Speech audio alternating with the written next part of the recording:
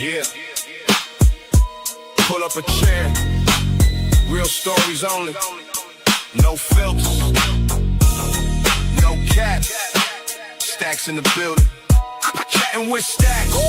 Where the real ones talk. Every scar got a story. Every mile got a walk. From the cell block walls to a brand new path. Everybody got a pass when you're chatting with Staxx. Chattin with Staxx. Let the truth come out. No fake headlines. No manufactured clout. Just life on the table. Every lesson attached. You might leave change when you're chatting with Staxx. Seen no bikers. Seen ex-cons too. Seen folks rebuild when they thought they were through. Some came from violence. Some came from pain. Some lost everything and got it all back again. Microphone on. Let the conversation breathe. Everybody got something hidden up they sleeve. Not preaching perfection. Not selling the dream. Just showing what survival really means. The streets leave marks that the cameras can't see.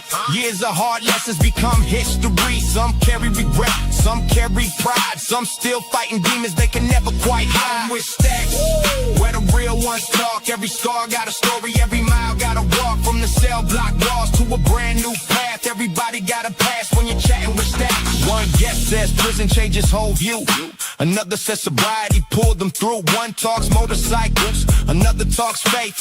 Everybody trying to find their place. No Hollywood script, no polished disguise. You can see the truth sitting right in their eyes. The road gets rough, everybody knows, but strength is measured by how far you grow. Some lost brothers, some buried friends, some hit rock bottom and climb back again. That's why people listen when the stories get deep, because real recognizes real in every scene with Staxx. Where the real ones talk. Every scar got a story. Every mile got a walk. From the cell block walls to a brand new path. Everybody got a pass when you're chatting with Staxx.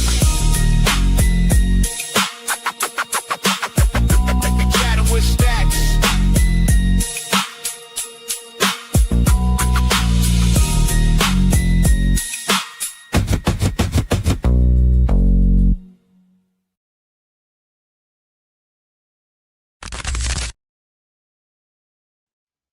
Welcome to this episode of Chattin with Staxx. I'm your host, Bill Staxx, and today we're going to talk about this clash between the Pagans and the Outlaws down in Florida at a bike night.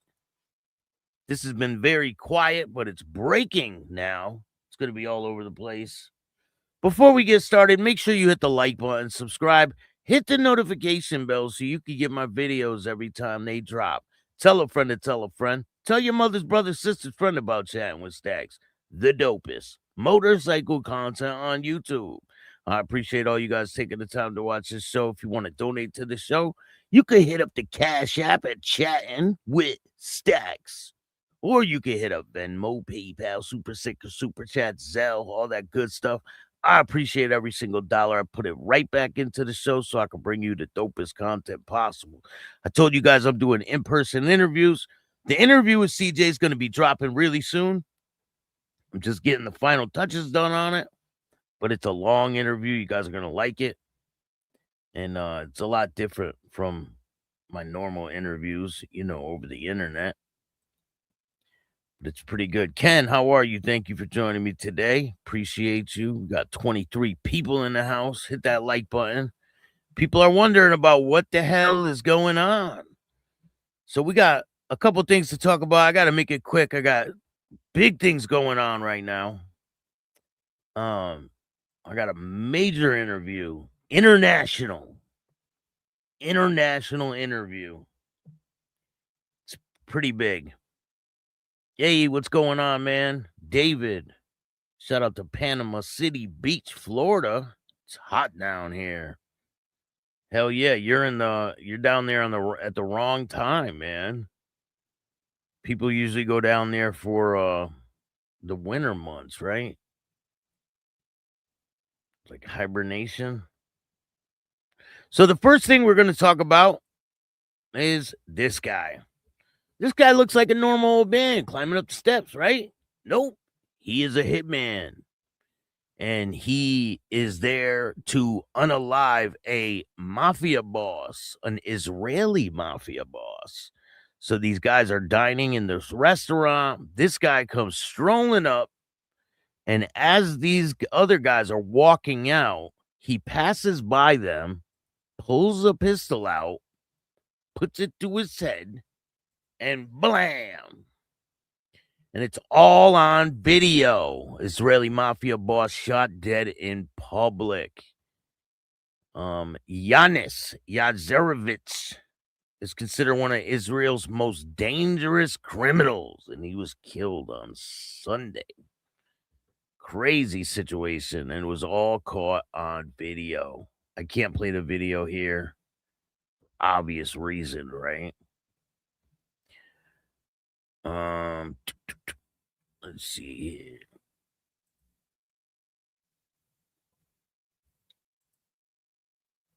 A motorcycle club holds benefit ride for 4 killed in Charleston accident. This is out of West Virginia, Beckley, West Virginia. After 4 young men from Raleigh County were killed in a car accident in Charleston on Friday, August 21st, 2026, the Beckley and Raleigh County communities are coming together to support their families. The 4 kids were on their way back from a concert, a Jason Aldean concert, when the crash took their lives. Damn. And now the Highlands chapter of the Brothers of Wheel have come together to organize a benefit ride to help their families. Dustin and Ashley Brown, members of the Brothers of Wheels and the family of McDaniel, told the news that they know the pain these families are going through and they want to help any way they can. I mean, that's a pretty noble thing, right? Here, I got a video for you guys. Let me play the video. I mean, it's every year people lose their lives. I mean, I remember when I was young, right? When I was a kid,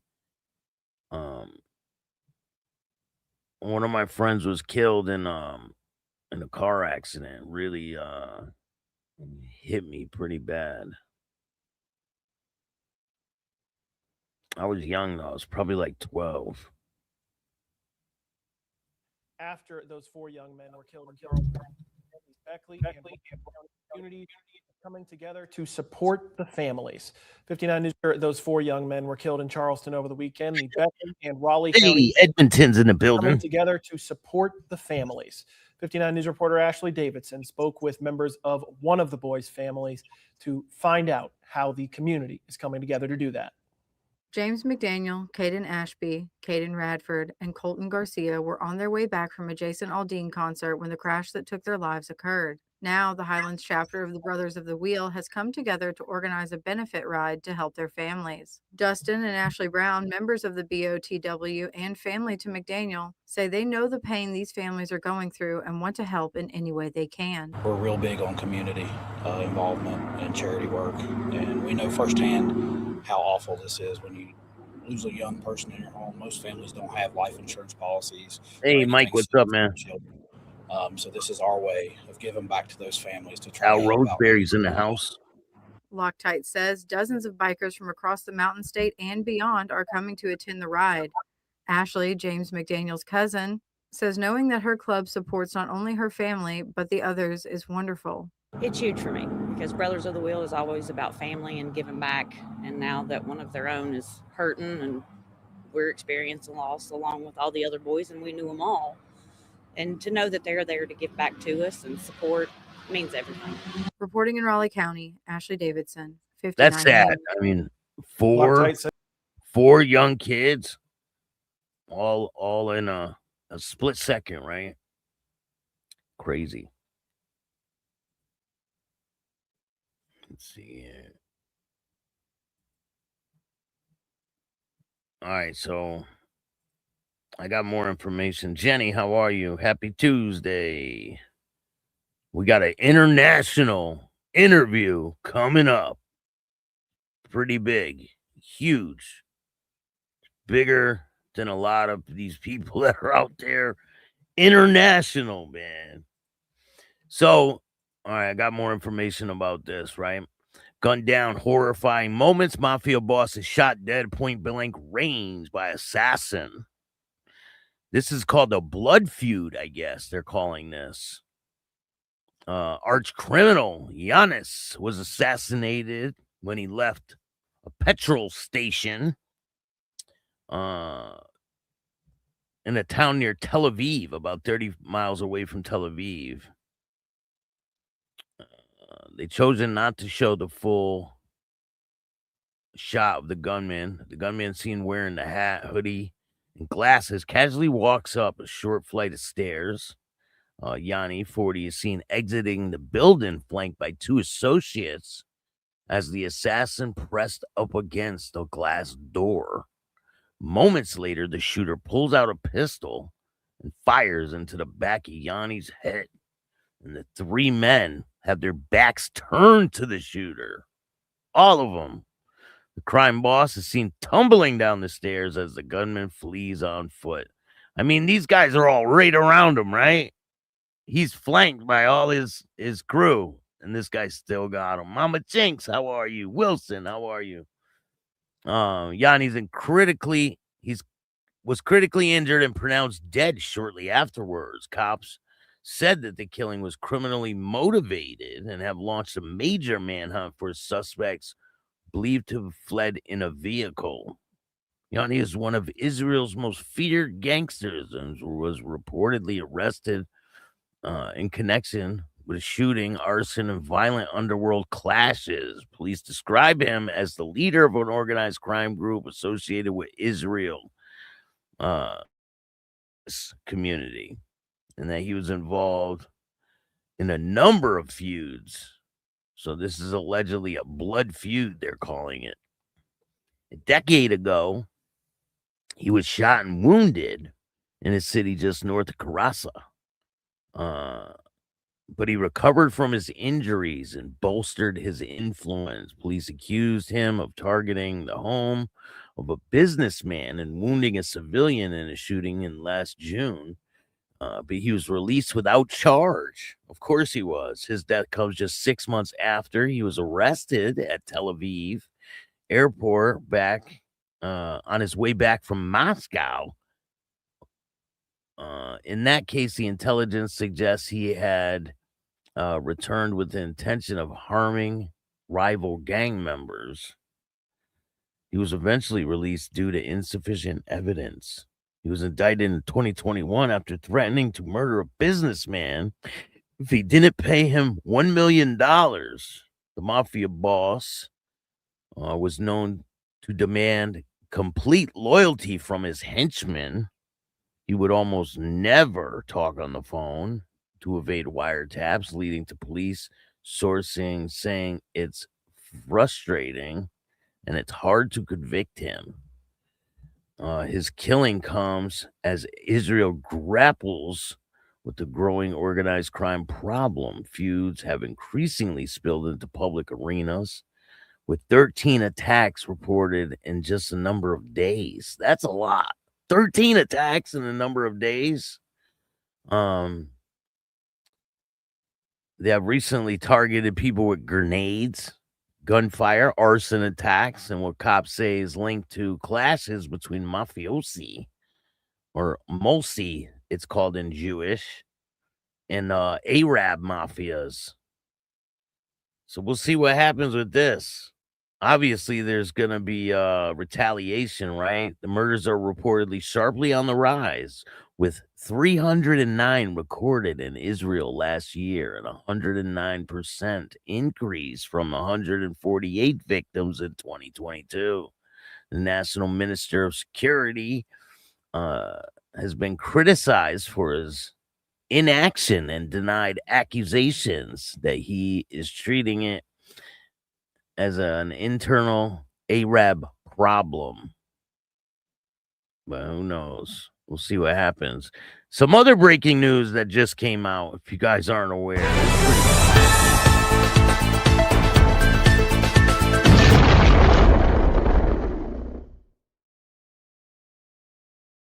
The girlfriend of the woman shot. We all remember this woman, right? So the girlfriend, right? People thought it was her wife. It's not her wife. the feds are thinking about charging her.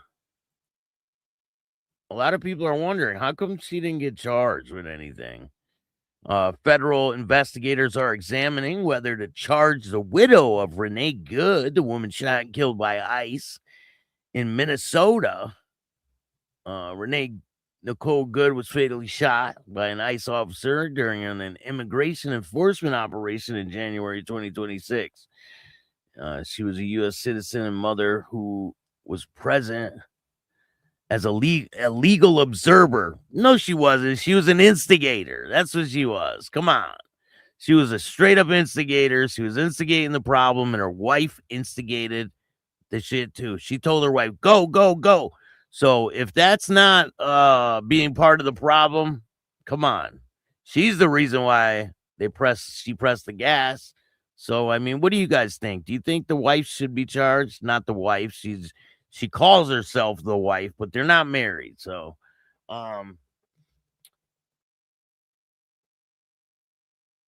they're saying she was a legal observer and a protester. According to multiple reports, the federal probe has increasingly focused on her widow, Becca or Rebecca Good.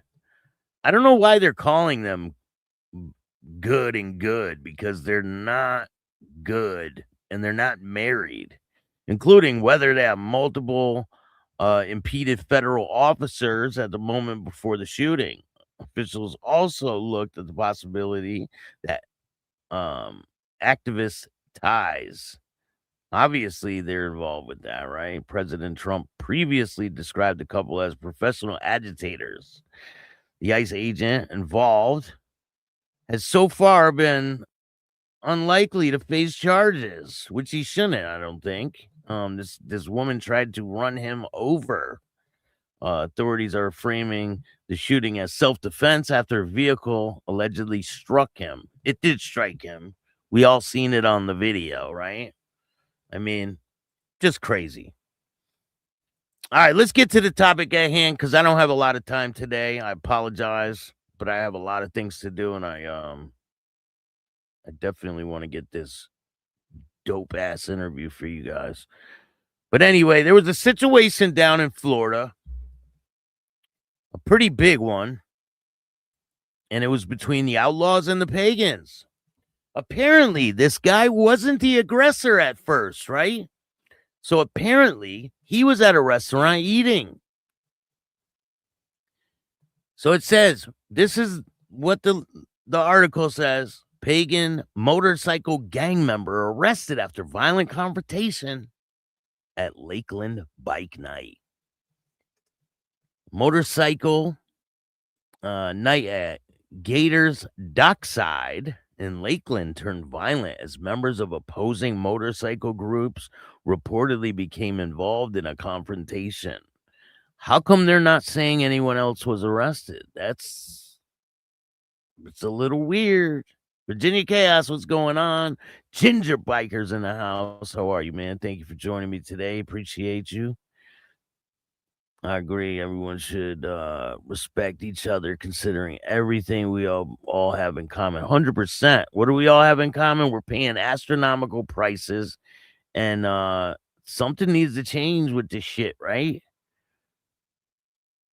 I mean, listen, you could put your political differences to the side. Some people can, right? I don't like to talk politics because I just don't like getting into arguments with people. I really don't care.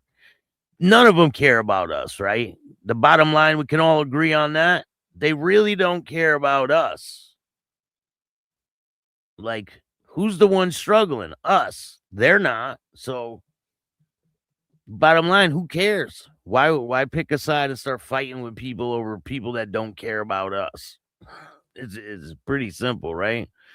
So, according to the arrest affidavit, 36-year-old Thomas Lovell, identified by investigators as a documented member of the Pagans outlaw motorcycle gang.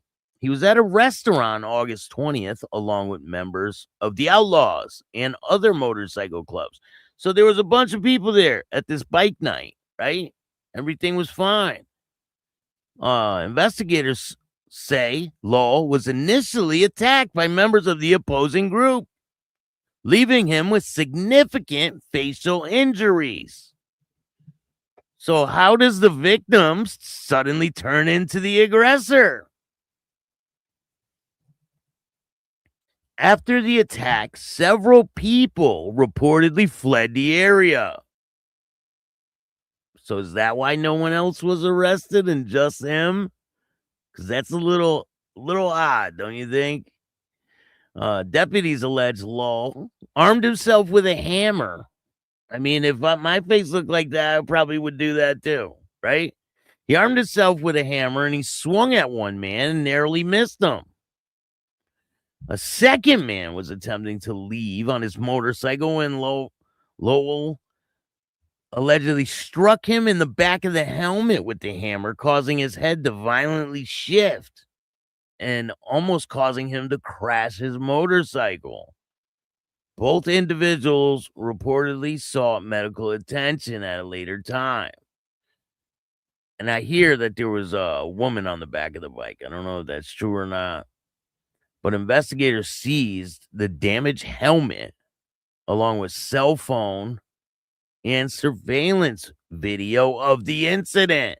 So this whole thing is on camera. Like when you go out, right? This stuff is on camera. You're not just like this isn't even the early 2000s, right? Or the mid 2000s. This is 2026. You're on camera. Everything you do is being recorded, including this whole incident. And I'm sure there's a video out there. I'm sure it'll pop on the internet eventually, right? So it says, along with surveillance and cell phone video of the incident, Lovell was arrested, or Lovell was arrested and booked into the Polk County Jail on 2 counts of attempted first-degree murder and criminal mischief charge. I mean, that's crazy for them to charge him with that serious of a charge. I mean, when you swing a hammer at someone's head, I mean, that's what they're going to do, right? It looks like he got beat down, though. Why aren't they arresting, why weren't they arrested when they took helmets and cell phones? Who knows, man? Lindsay, thank you so much for gifting a membership. I appreciate it. Flock will get your tags, right? Flock cameras will end up getting whoever did this, right? I'm sure there'll be a parade of people, all mugshots coming soon. J2 times, what's going on, man? If all those clubs want Kaz, those clubs must have wanted Donnie Wantz and Bishop too, right? Yeah. I mean, the clubs that they were a part of, right? But the difference is Bishop wasn't in a 1% club. Bishop never earned a diamond. Did you know that? And Donnie Wantz, I got some big news coming about Donnie Wantz. Probably next week with the Donnie Wantz situation, but it's pretty crazy news, and you guys make your own analogy. But I found some information on Mr. Donnie Wantz that you might want to hear. It's pretty crazy.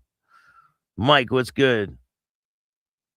Or weren't they arrested when they took the helmets and cell phone, right? I mean, so you're telling me the people that he swung the hammer at weren't the people that attacked him, and they just let them go, right? They just took the cell phone and the helmet and just let these guys go. I mean, some of this shit doesn't make sense.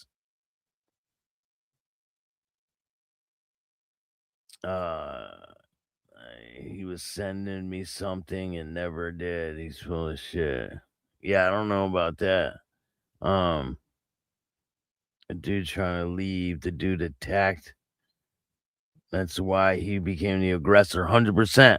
So listen, if you are being attacked, you have to counter attack while you're being attacked. You can't wait till it's over and then go grab a weapon and then come back. Because once you leave the situation and say you go grab a weapon and come back, you're no longer the victim, right? So I think that's the way they're looking at it with this situation. If you stop doing whatever you're doing and you come back, it's like, say he's getting beat up and he's on the ground getting beat up, right? And he gets up and he goes and grabs a hammer off a table or wherever the fuck he got it. And then he comes back. You're not the victim anymore. They're not going to look at you as the victim. They're going to look at you as the aggressor. But I mean, who did that to his face? He didn't do that to himself, right? So there's another article. What began as a motorcycle bike night at Gator Dockside in Lakeland, Florida, erupted into violence on August 20th, leaving multiple people injured.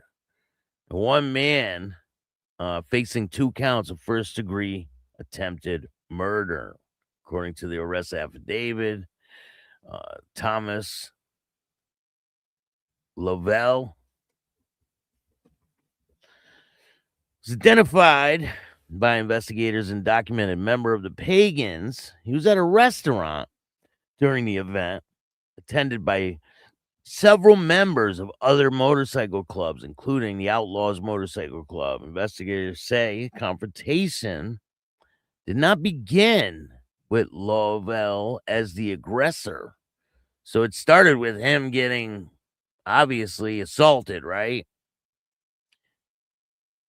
So Lovell was initially attacked by members of an opposing group. During the altercation, he suffered significant injuries to his face. Now, if he didn't get up, grab the hammer, and go after these people, he probably wouldn't have been arrested.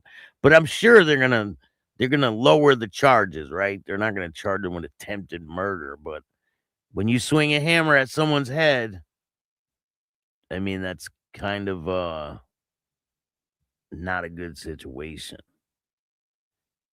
It says, according to the affidavit, he was attacked by members of an opposing group.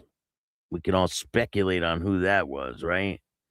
So he got injuries to his face, alleged it happened during the initial attack, and transformed the confrontation into a far more serious criminal case. After several people reportedly began leaving the area. Now, was it the aggressors that were leaving the area? Is that why he hit them specific people with a hammer? And they just let these people go, right? You know the cops down there fucking hate motorcycle clubs. They just hate them.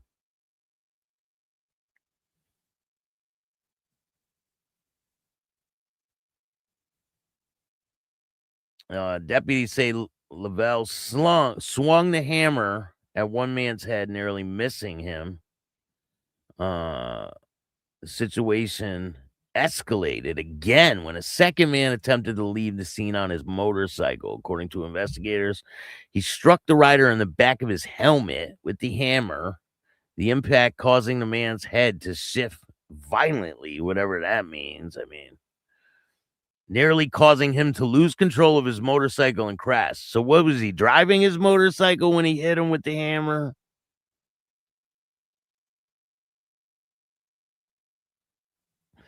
So Lovell was later arrested and booked. So he must have got away from the initial scene, right? But he got caught. And it says investigators, they obtained surveillance footage and cell phone video that captured evidence connected to the confrontation. Authorities also seized the alleged damaged helmet as part of the investigation. He was booked into the Polk County Jail. I'm sure that cop, right? Remember the cop that was holding the pagan cut up and patting on it and stuff? What's his name?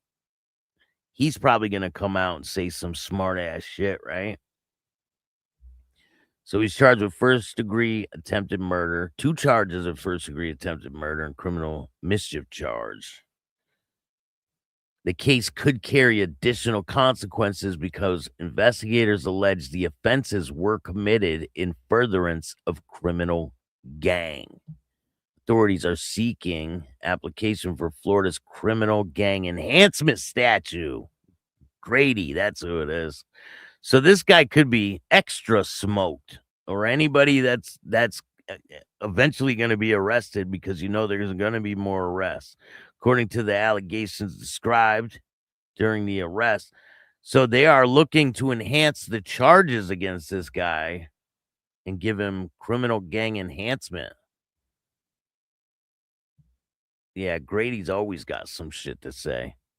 The incident once again highlights how quickly ordinary public motorcycle gathering can turn into a major criminal investigation when rivalries and violence enter the picture. What remains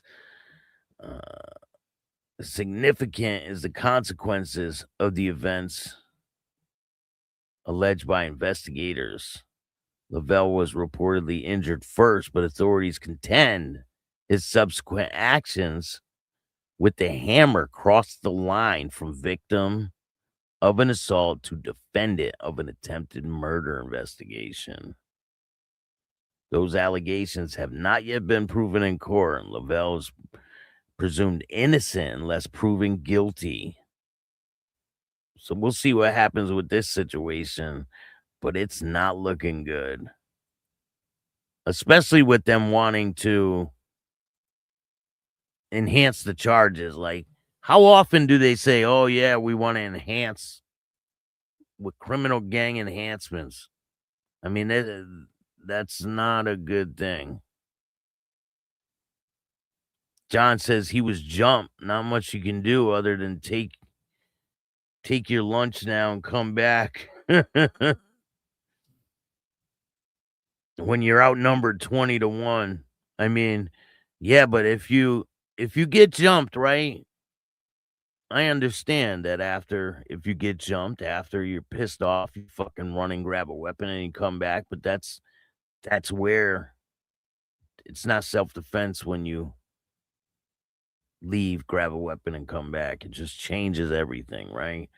Whatever you're going to do, you got to do it while you're getting jumped. You can't wait until after the situation calms down and then go do something. But he wanted his get back. He was like, fuck that.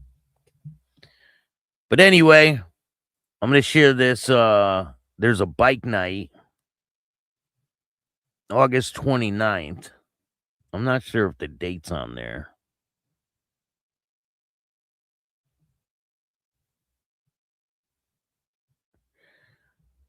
If the date and location's on there, zoom in and you'll be able to see it. But we got a video tomorrow. I'm going to show you guys the Mongols MC get into a road rage situation in Australia. We're going to talk about that and a lot more tomorrow, only on Chattin with Staxx. I appreciate all you guys. Thank you for taking the time to watch this show. If you like this show, hit the like button, subscribe, hit the notification bell so you could get my videos every time they drop. Tell a friend to tell a friend. Tell your mother's brother, sister's friend about Chattin with Staxx. The dopest motorcycle content on YouTube. Yo, Staxx, you should start doing shows at Sturgis. I mean, Sturgis just passed, so I'll probably have to wait till next year, but I will be at a motorcycle event soon. I'm working out the details. I mean, it's pretty dope that you got people that want to pay me to go to different events, right? So we'll see. I'm definitely gonna work my way to one of them soon. But I appreciate all you guys. Thank you for joining me. If you want to donate to the show and help me get to the next destination, you can hit up the Cash App at Chattin with Staxx, or you can hit up Venmo, PayPal, Super Sticker, Super Chat, Zelle, all that good stuff. What I really want you to do is subscribe to Patreon. You will not be disappointed. There's a lot of content over there. I'm going to be uploading a lot more, so go check out Patreon. It does not cost a lot. It's only $1 or $2. And I will be keep uploading exclusive content. But I hope you guys have a great day. There's a lot of good content on the way.